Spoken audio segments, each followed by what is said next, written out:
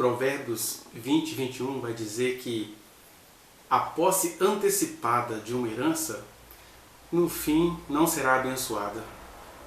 Em outro provérbio, que é o 28, versículo 20, ali na segunda metade do provérbio, diz que o que se apressa a enriquecer não passará sem castigo. Foi precisamente isso que aconteceu com as tribos ao oriente do Jordão.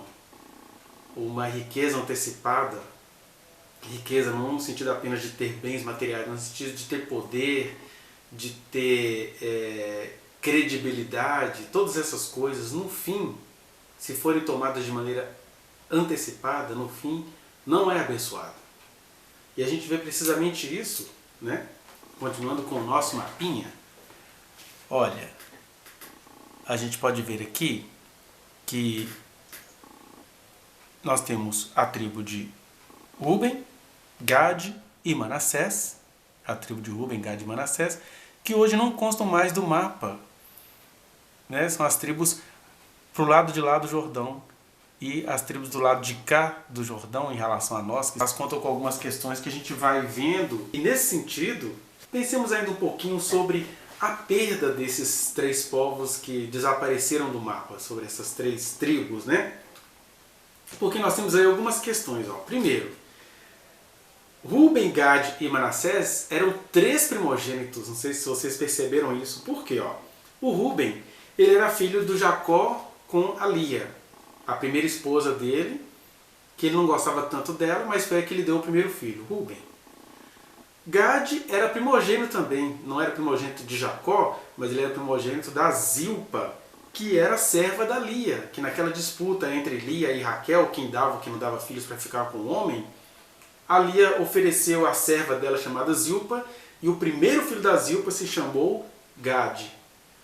E o Manassés, ele tem uma primogenitura conjunta, porque, primeiro, em José, ele se tornou o primeiro filho de Raquel. Jacó já tinha outros filhos, mas o primeiro filho que ele teve com Raquel foi o José. Por outro lado, o Manassés, então por isso que ele é primogênito em José, porque José era primogênito de Raquel. Ele também foi primogênito do próprio José, o primeiro filho de José que ele teve no Egito com a Asenate, né?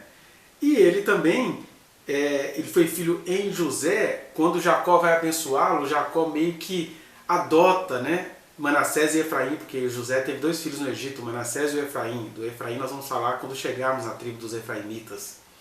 Mas aí, quando Jacó vai abençoar os filhos, ele trata-os como primogênitos, tanto no sentido genético, no sentido daquela organização social, e na hora que ele vai abençoar os dois, ele inverte a mão, né, porque a mão direita ele tinha que pôr sobre Manassés e a esquerda sobre Efraim, que era o mais novo.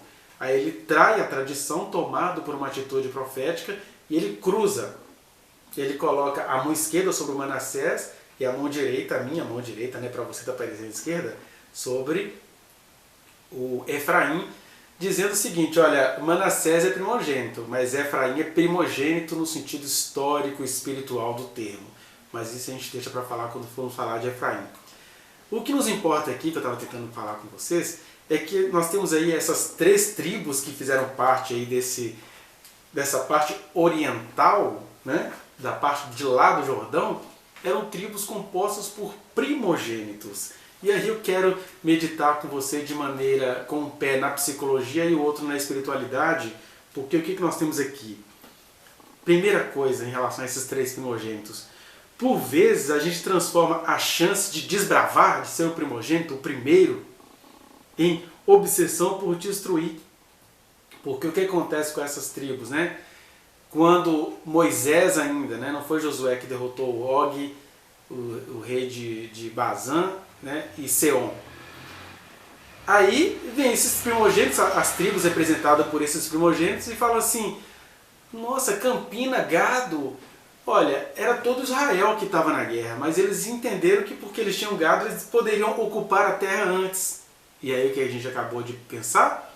A posse antecipada de uma herança, quer dizer, eles tinham direito à herança? Tinham, mas a posse antecipada de uma herança, no fim, não será abençoada, não foi. Eles desapareceram do mapa. Quem está ali hoje são os jordânios, né? Porque muitas vezes o primogênito, ou aquele que é visto como tal, ou de repente você é uma pessoa famosa, ou uma pessoa que acabou recebendo de Deus privilégios, credibilidade, o que a pessoa faz? Ela transforma essa credibilidade dela em obsessão por destruir. Porque desbravar é uma coisa, você descobrir, é você ser os primeiros. Às vezes o trabalho é imperfeito, você não sabe muito como agir, mas logo você pega toda essa credibilidade e faz o quê? Sai destruindo tudo. Porque já que eu sou o primeiro, eu não sei como é que é, eu destruo mesmo. E aí existe um mal inerente aos primogênitos, né? Uma tendência a esse mal. Por isso que a gente tem que ter consciência disso, que os estudiosos estão sempre tentando explicar aí. Não, mas é porque a terra de Canaã era esse lado de cá do Jordão. Meio que querendo dizer, não tem problema não eles terem... voou a folha. Não tem problema não eles terem perdido ali não, porque a promessa de Deus era a terra de Canaã. Olha, a promessa de Deus era a terra de Canaã, mas a primogenitura não deveria ser usada para atos de destruição e autodestruição, conforme a gente viu o comportamento desses povos, e vamos ver daqui a pouco o comportamento da tribo de Manassés. Por isso que ainda que os estudiosos digam que era apenas a parte ocidental que pertence aos cananeus, que pertenceria, né? Os profetas apontam para uma outra coisa. Você vai, por exemplo, em Ezequiel, capítulo 48, Apocalipse 7, eles estão citando a herança de todas as tribos, incluindo Ruben, Gade e a metade da tribo de Manassés. Porque eles teriam direito espiritual, se eles andassem com Deus, a terem um outro olhar, um olhar mais fidedigno. Nossa, mas você não está sendo perfeccionista demais não, Alexandre, nessa sua meditação? Tô não, porque olha onde que a gente chega. Não sei se vocês viram ou já leram.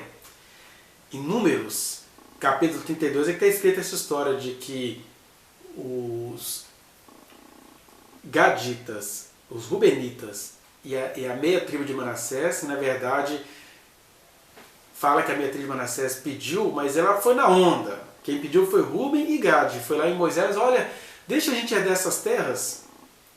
E aí, sabe o que é interessante? Que o Moisés, como ele deveria fazer, ele não fez. Ele não consulta o Senhor acerca disso. Nossa, que perfeccionismo, hein? Não é não, porque quando chegaram as filhas de Zelofeade, que eram da tribo de Manassés, isso você vai ver lá em Números 27, especificamente o versículo 5 vai dizer, que quando as filhas de Zelofeade, o que aconteceu com o Zelofeade? Ele era um manassita, digamos assim, ele era da tribo de Manassés, ele faleceu e ele não tinha nenhum filho do sexo masculino, conforme as tradições tribais de Israel encaminhavam as heranças. Aí elas estão assim, Moisés, a gente não aceita isso não, meu pai não teve filho, mas ele teve filhas, nós somos 5 filhas de Zelofeade, nós queremos herança na terra. Aí o que Moisés faz no versículo 5 do capítulo 27 de Números? Ele consulta ao Senhor, ele leva ao Senhor, e aí Deus fala para Moisés, olha, as filhas de Zelofeade estão falando que é correto. E aí elas passaram a ter herança, porque Moisés consultou ao Senhor. Mas é engraçado você ver o machismo, a misoginia inerente, né? Porque quando filhas de um chefe de tribo foi questionar a condição delas, aí ele consultou ao Senhor. Agiu prudentemente, mas agiu em nome da própria misoginia. Agora, quando vem os homens valentes, guerreiros, e fala assim, deixa a gente habitar ali, ele não consulta ao Senhor, eles deixam essas tribos reinarem ali, assumirem aquelas terras, né? Sendo que se eles consultassem ao Senhor, qual que é o segredo? Não quer dizer que Deus daria uma posição diferente não, mas quer dizer que em consultando ao Senhor, e é isso que a gente está procurando aqui do Evangelho, quando a gente consulta ao Senhor, é que a gente aprende a prudência, é que a gente aprende a não tomar posse antecipada de uma promessa, é que a gente aprende que as coisas tendem a acontecer na hora que elas tendem a acontecer, ou que a gente aprende que quando Deus decide antecipar algo, Ele também nos dá a chance de ter uma visão mais ampla disso. De repente eles desistiriam, não gente, não, a terra é de todo mundo, a ideia não era que elas deveriam ser distribuídas por sortes, então por sortes ela será distribuída.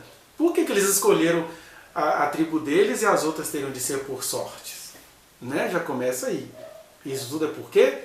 Porque muitas vezes os príncipes, ou os principais, ou os primogênitos, ou os que governam, ou os que têm a palavra, ou os que têm a credibilidade, eles usam essa primogenitura, ou seja, esse direito de descobrir novas coisas, de desbravar.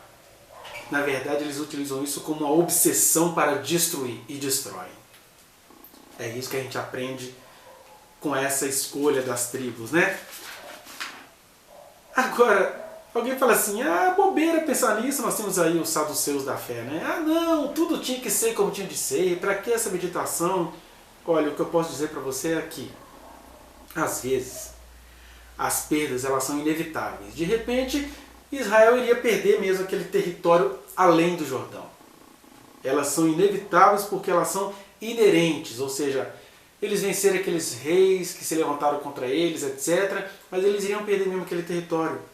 Só que, mesmo sendo assim, o consultar ao Senhor nos leva a aprender com essas perdas acerca do nosso caráter. E a questão não é se eu ia perder ou se eu ia ganhar. A questão é, o que essas perdas ou esses ganhos revelam sobre o meu caráter? A gente se mistura demais, né? E aí eu tenho que ser solidário com o nosso amigo Freud, autor desses livros azulzinhos que você vê aí ao alto da minha estante. Porque ele vai dizer, por exemplo, que no final das contas, o amor nem existe. Ele está falando apenas da psicologia humana. O amor não existe, o amor é apenas o nosso desejo de realizar pulsões, realizar a libido.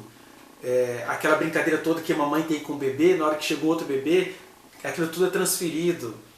Isso não é que ele está banalizando o amor, ele está dizendo, isso é o ser humano. Mas nós que fomos chamados a ser novas criaturas em Cristo Jesus, somos o tempo todo convidados por Deus a transformar esse sentimento de amor, a transformarmos pulsão em amor. Por isso que a vida com Cristo é renúncia. A vida com Cristo é um constante convite a que a gente esmague o nosso próprio ego, como diria Jesus. Quem perde a vida por minha causa, achá-la-á. Né? Quem renuncia ao território que achou bonito, as campinas de Moabe, por minha causa, por ter me consultado, vai encontrar coisas muito mais interessantes, embora o caminho seja muito mais penoso. Mas eu não troco nenhuma alegria e nenhuma facilidade pela herança eterna de consultar ao Senhor, porque essa é a nossa maior herança. O que habita no esconderijo do Altíssimo e descansa à sombra do Onipotente, diz do Senhor, tu és o meu refúgio. Você quer herança melhor do que essa? Pode não ter casa, pode não ter nada, mas se você tem o Senhor como a sua herança, e como é que a gente demonstra que a gente tem o Senhor como a nossa herança? Consultando, dependendo dele, entendendo que toda inteligência, toda boa dádiva, todo dom perfeito vem do alto, e por isso é que eu preciso consultá-lo, porque os pagãos fazem isso, os maçons fazem isso, os profeteiros fazem isso, quem quer ficar rico se submete, mas a gente não consegue se submeter ao Senhor quando Ele está bem presente no nosso meio. Essa é a grande lição que a gente aprende com essa gentil, real e trágica banalização da primogenitura vinda de Rúben, de Gade e de Manassés. Vá no link que está aqui na descrição e acesse a reflexão na íntegra. Não se esqueça de dar o like nesse trechinho de vídeo, compartilhá-lo e se inscrever neste canal, apertar o sininho para você receber as notificações. Muito obrigado!